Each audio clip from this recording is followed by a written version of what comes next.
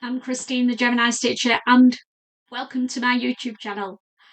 This vlog is all about this beautiful coat that I've made. It's the Narva Coat from Hey June Sewing Patterns, and I've recorded my roller coaster of a journey on how I got on when I made this coat.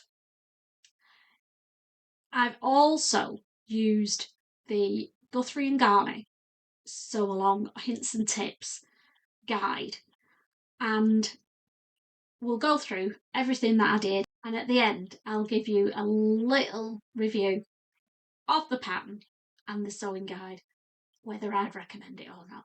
So, and am I going to make it again?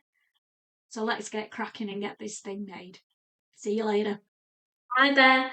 I promised that I was going to do a bit of a sew along-ish with my Narva Coat from Hey June Handmade Patterns, and I've made a start on it, and I've cut the pattern pieces out and I've shortened everything. So before I put it on the fabric, I just thought me and my mate Esme would talk you through what I have to do. Being 5'0", vertically challenged, every pattern is too long in the sleeves, hugely too long in the body.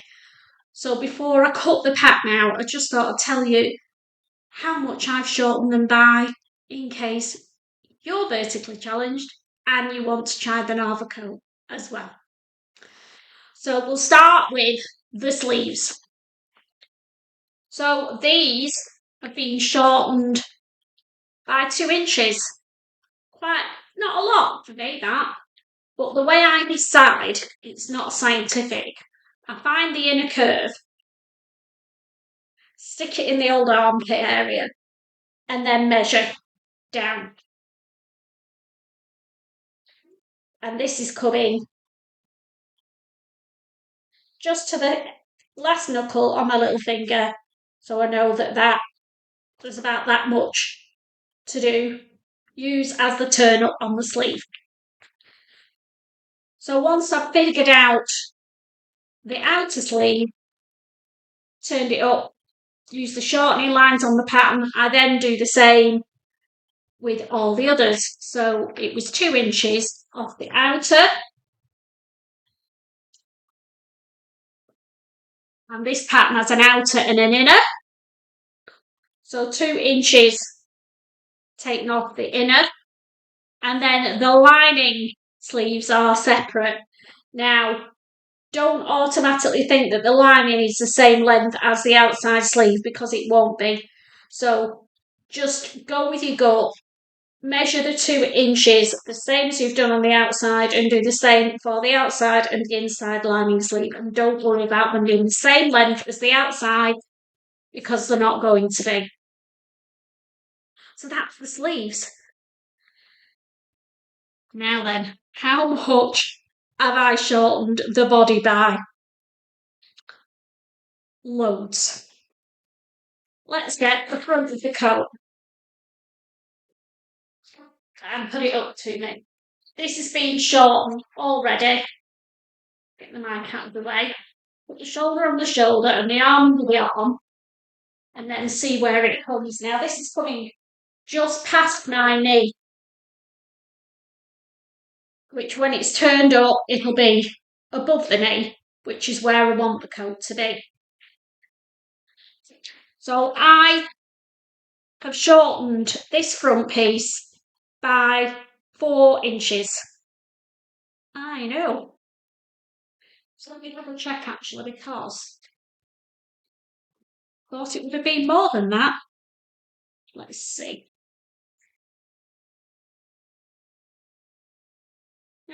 4.5 inches. So I've shortened the front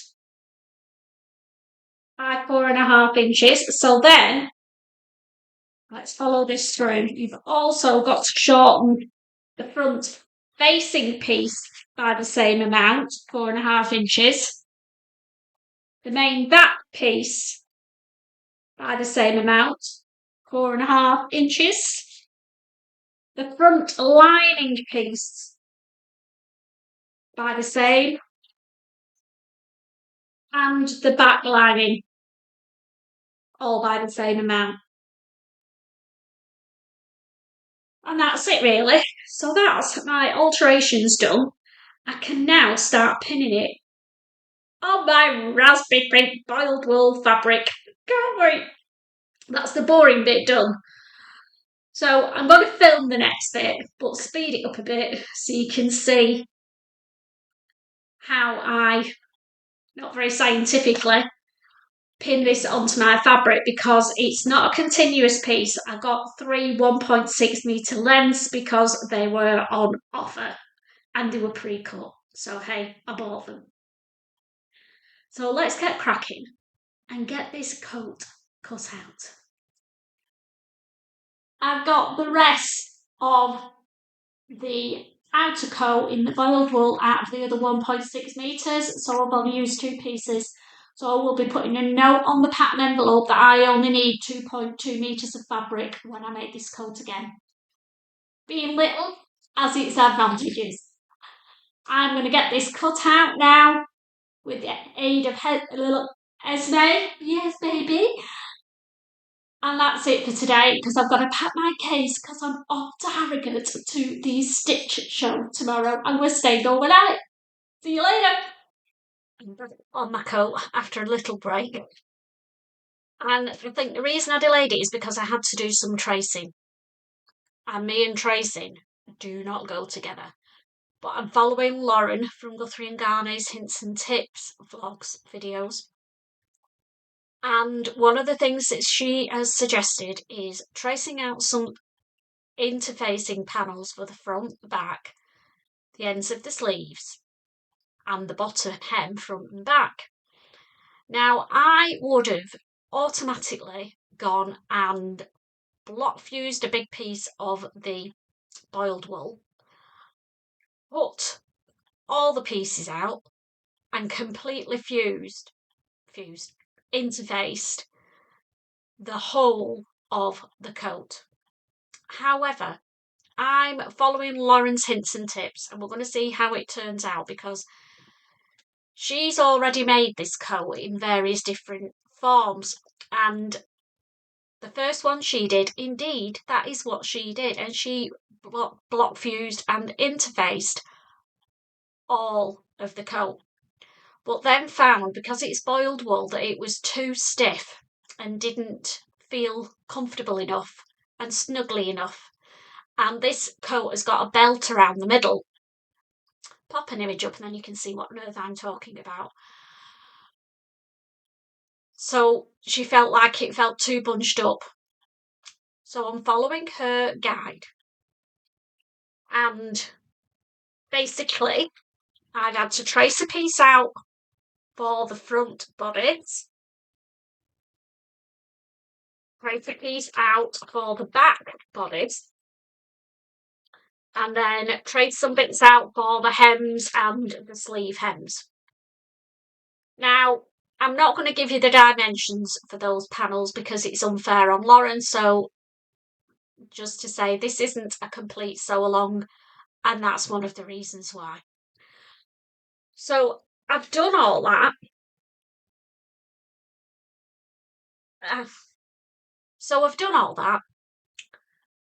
And I've also fused it, but before I did that, I've stuck stickers on the right sides of every piece of fabric that I've cut out because boiled wool is the same on both sides, and if you don't do that, it's not because you want to make sure everything's the same way round because of the pattern, that doesn't matter, but it's to make sure that you don't sew 2 left fronts or 2 right fronts or 2 sleeves the same. Do you know what I mean? You'd end up with half a coat times 2 and that will not work. It has to be a mirror image. So my top tip, particularly if you're doing this coat, any coat in boiled wool, put something on one side. I put these big stickers on and then I know they're not going to peel off and I'm not going to get confused. And then the other thing I'm going to show you before I start sewing. So I've used black medium weight woven interfacing on here. And that's one of the front panels. Now, I always use woven interfacing. That's just my preference. I think it gives a better finish to the garment. You can get good quality Valine interfacing that's a lot cheaper. But when I've spent a lot of time sewing something and the love that's gone into it, I don't want that papery feel to my interfacing. Now, a good place to go if you want to look at woven interfacing is William Gee's, and I will put the link to their website in the details of this vlog. There's lots of places. I don't always get it from William Gee's, but if I'm ordering quite a few, I tend to order lightweight woven in white and black and charcoal grey, and medium weight woven in black, white and charcoal grey. And I probably tend to order 2 to 3 meters of each, and I keep it all together in a box, and then when it's starting to run out I order it all again, and it does tend to work out a little bit cheaper from William Gee's. And also, if you're not sure, if you're new to interfacing and you want to check it out for yourself and not just follow what I do, William Gee's do a sample set of interfacings that gives you all the interfacings that they supply, and it's a good thing to have. And when I do my next order, I'm going to order one because I did have one and I can't find it. But it's a good reference guide to have if you suddenly need to order stretch interfacing. It's not something I keep in stock as a rule, but sometimes you do need it. So let's start sewing this coat. Okay, so I started sewing and I've got the pockets. I'm doing the inseam pockets, which are the easier option, and I'll just talk through what I've done with Lauren's help and hints and tips. This is the back panel, or one of them, and that's that cute contrasting pocket lining. And what Lauren suggested, with inseam pockets, you can see the lining at the back as you put your hands in and out of pockets. So although I like the pocket lining, I don't want it glaring at me every time I pull something in and out of my pocket. So I've drafted, with her help, a little panel and just sewn it onto the pocket. And because it's boiled wool, it's not going to fray. So I'm back to doing the Narva Coat after a little break before Christmas with all the prep, but I'm back on it now. Now, where I got up to was I'd put the pockets, I was putting side pockets in my coat, and I'd sewn them all in, sewn the shoulder seams, and just had a brainwave that was going to just try it on to check where the pockets were, and they were way too low down. So I'll just show you if I can. You know, you've got it in loads of bits, it's starting to come together, but it just feels like everything's all over the place. There we go.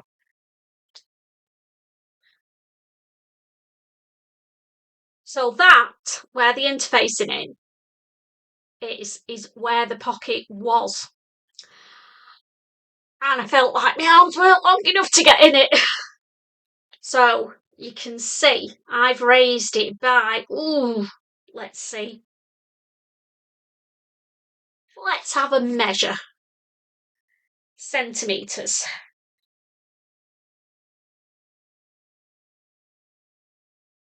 So I've raised it by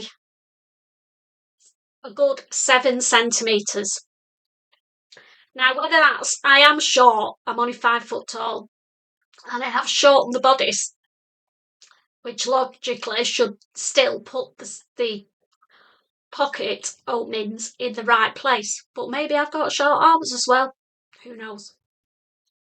But anyway, that's what I've had to do.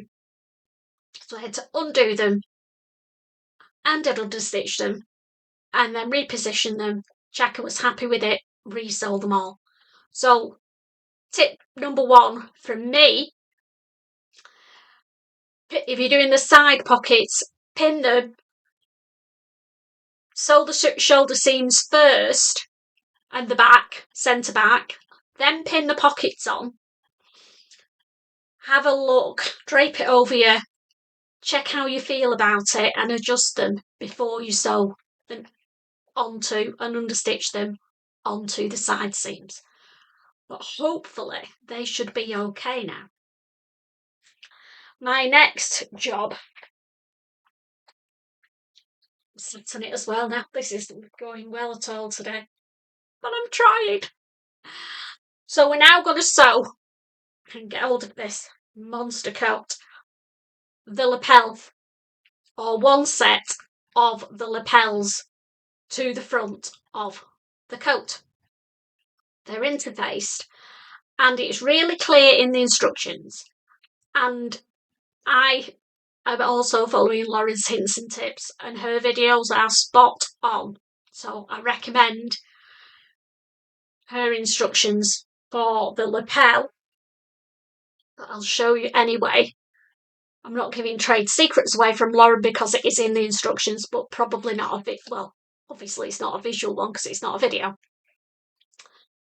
So you get the lapel piece, one of the lapel pieces, and mark your seam allowances. One end has got a little angle to it. That's the end that meets up with the middle of your coat. But then the other end that goes around that corner, like that, you mark your seam allowances in on the corner, and where they cross there, that's going to be your pivot point. So what we're going to do is sew from the end only to that pivot point and then backstitch to reinforce it on both sides.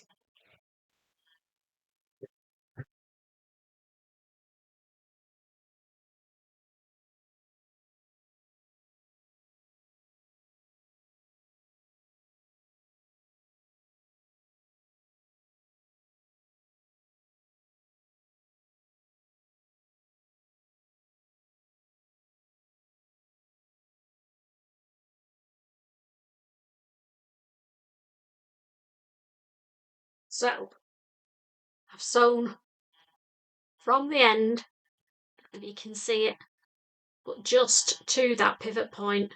And then what you do is only on the lapel interfaced piece, you're going to cut a little notch out, meeting at the edge of that stitching, and that helps it to turn. So wish me luck with this because I cut it wrong. I'm gonna cry. Right, concentration face on.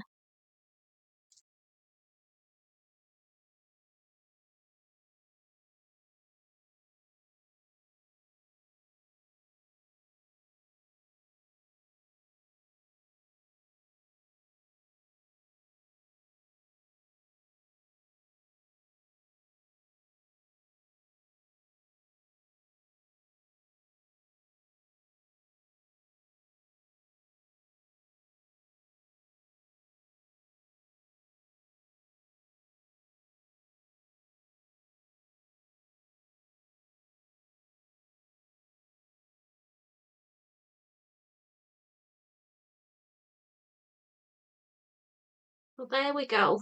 That's worked, hasn't it? Where that pink is, you can see that's the notch that I've cut out. And that gives it the ease so that you can sew around to there. I'm going to do that to the other side now. And then before we pin and sew it, we need to attach them both at the top edge.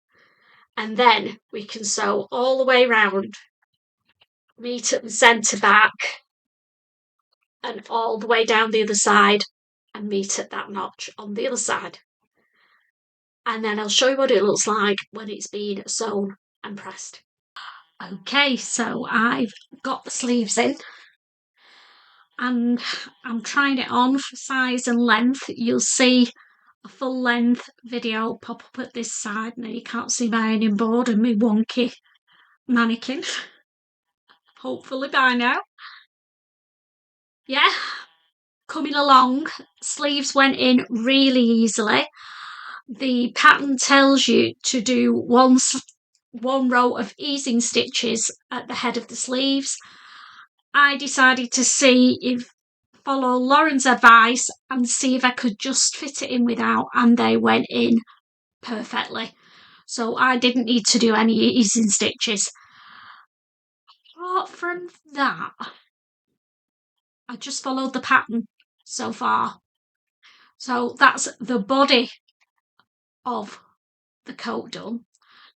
So I'm back and I've done, ta-da, the lining. Fabric I'm using for the lining is a stripy purpley pink from Gutheri and Ghani. Really good quality. So what have I done with the lining? The lapel and the lining facing get put together the same as you do the outside, remembering to cut that little notch at your pivot point, and then you get a nice sharp finish on it. I put the loop in, a hanging loop, where Lauren says to in her video, because in the instructions it tells you to put it here, which isn't really the right place for a hanging loop, is it? So mine's gone in there between the facing and the top of the collar. And then the other cute thing I've done, loose cotton, is put a label in on the facing. I don't know if you can see it. It says, please look after me and yourself. And I got that from the Specky seamstress. She does these cute bigger patch labels, and she does them even bigger than this, but I wanted one that would fit on there. So I've put that in. What else? I've marked, if you can see here,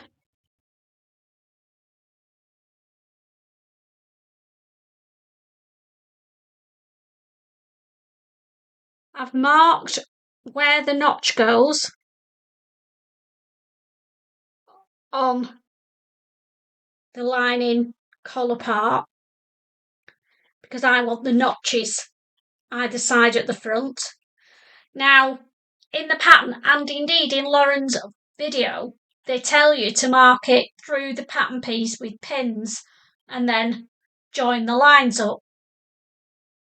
I did mine a little bit different and a little bit easier, and I think a little bit more accurately, because I've cut the wedge out, or the V out, physically cut it out of the pattern. Those two lines are where my seam's going to be. So I've marked on it where the seams are. And then I've just pinned this on and drawn round the shape. And just did that on both sides, made sure they were both in exactly the same place, which they will be because you pin your pattern back to your pattern piece. Fail-safe method. I use it every time for things like that because it gives you a much more accurate finish, in my opinion. So, what I forgot to do next? Just grab the lining.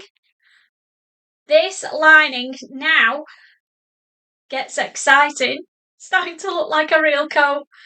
So this needs attaching to the main coat. So I'm going to have a watch of Lauren's last video because it's a 4-part one. So lots of details in these videos. And read the instructions.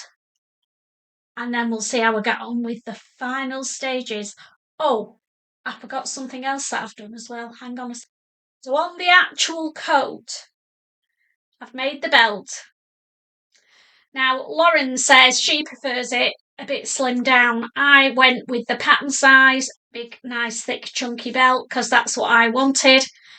And I've also made my own belt loops out of the boiled wool. On the pattern and in Lauren's video, they tell you how, teach you how to use thread and do a chain stitch belt loop for each point, but I've done that in the past and they're not very sturdy, so I decided to go with a proper belt loop. But that's a personal thing. What else? Done loads. Put shoulder pads in. I know some of you will think, oh, shoulder pads, they're very 80s, 70s, whenever. 80s, isn't it? And 90s. But I've just put a small set of shoulder pads in just to give the coat that little bit more structure.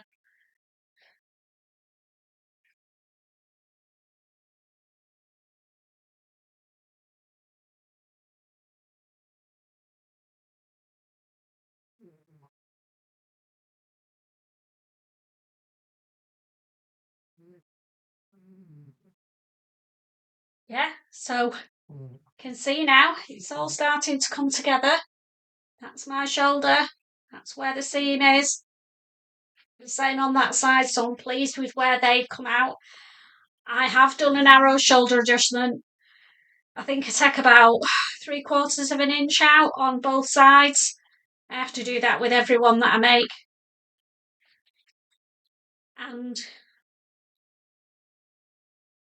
put my belt on and my nice belt loops, which I prefer. So it's going to look a little bit different because here is where those notches are going to come out, and when you get the lining in, feels a little bit like a dressing gown at the moment, but once the lining's in and the facing's put on here, it gives it all that bit more structure. And we'll be good all done. I cannot believe I've managed to do it. Sorry. It's been a marathon, this. I've not made a coat for such a long time. And it's not that they're hard, it's just that it's all big bulky pieces of fabric. So I feel like I've had a workout every time I've finished sewing with oiking them around the machine.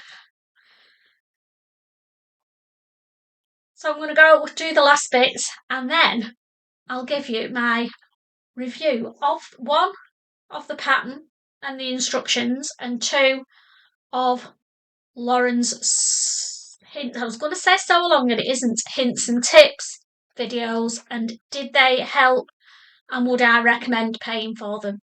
So I'll see you at the other end. Did you see that? That dog is like a spring. It just sprung up. Right, stop being silly. She just has to get in on the act. Right, I'm definitely going. I will see you when the coat's finished. So there we go. What do you think? I had some scary hair days in that, didn't I? No makeup. But hey, that's sewing. If I'm not going out, I'm not putting makeup on and doing my hair just to sit in my sewing room all day. No way. So sorry if I scared you a little bit in there, but I hope you found it interesting. So let's talk about the pattern first of all. I had to shorten the pattern quite a lot, and that meant that the pockets, I put the side pockets in, and for some reason they ended up too low. So if you're going to do it, make sure that where the pocket notches are going to be where you want them to be on you if you're shortening or lengthening the pattern. Maybe they're a bit out, maybe it was me, I don't know, but double check that before you get to the stage where you've got to start unpicking it. Nothing worse. What else did I alter on it? I did the notches on the collar. Love those, and they were really easy to do. I was quite nervous about doing that, but no, they came together quite simply, but they are quite an effective thing. I think if I'd left it plain, it would have been really plain coat. Now, the fabric I used is a boiled wool from, can't remember the name. If I remember the name, I'll pop it below. It is a fabric dead stock site and they haven't got any left anyway. Yeah, it's a raspberry boiled wool. The other thing I did was put proper belt loops on. The pattern and the G&G hints and tips tell you to do a cotton chain link on it, but I wanted proper belt loops. So I put them at the side and on the back. I think they do the chain link in case you want to have the coat without the belt. It doesn't stand out that there's something missing, but I won't do that. I will definitely wear it with the belt. So I've done proper belt loops and made them myself. Yeah. Will I make it again? I've actually got an idea in my head to make another one in a much lighter weight fabric for the spring and summer. I might do it without the belt and just have it as an edge to edge. I'll just take the belt off and then you can see that actually it looks quite nice just like that. So I'm thinking I won't put the belt on for my spring and summer one and just have it like that in a medium weight cotton, I think, with some beautiful lining in. Let me know what you think. That's sort of an idea going around in my head. So yes, the answer is I would make it again. It took me a while, but it wasn't because the pattern was difficult. The instructions are very detailed. It was because I had Christmas in the way and was recording it and was watching Lauren's Gutheri and Ghani's hints and tips as well and making notes about what I thought about that. So it's quite a long process, not just a sew. That's my excuse anyway.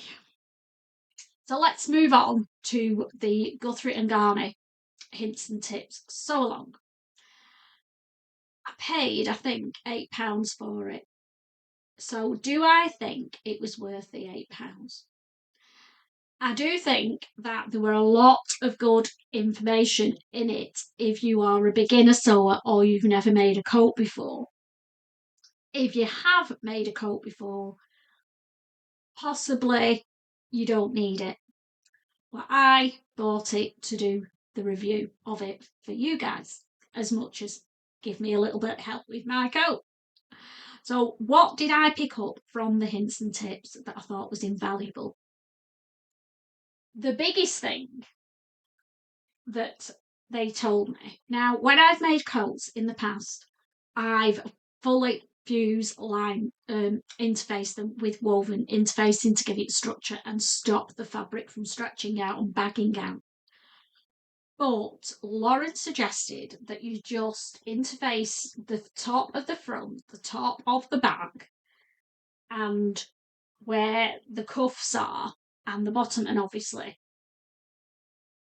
the facings interfaced. So she goes through how to make your own pattern pieces for those sections, and I found that invaluable because I would indeed have block fused the whole coat. And she was right, I think.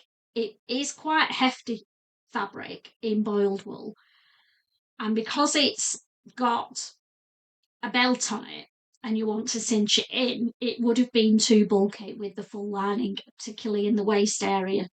So we'll see how I get on. I am a bit concerned that the sleeves might bag out, and I did sort of think I might fully interface them, but no, I stuck with her advice, so time will tell on that one.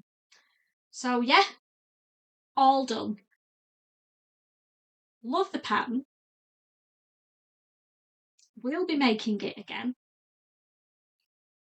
Gutheri and Ghani's hints and tips were brilliant and perfect for a beginner sewer or somebody who's new to sewing coats. The coat pattern is a great first coat to make. The only difficult bit is the notches there, which weren't difficult at all, and you don't have to put those in. There's no buttons. And then the only other detail is where the colour joins the main body of the coat there, but both the pattern and Lauren's hints and tips go through how to get that there spot on. So that was the other thing that I thought was good in her vlog. So, Narva Coat all done. Bring on the spring version. Have you made a Narva Coat? Let me know. Are you making a coat, and which one are you making? What are you finding difficult about it, or are you enjoying the process?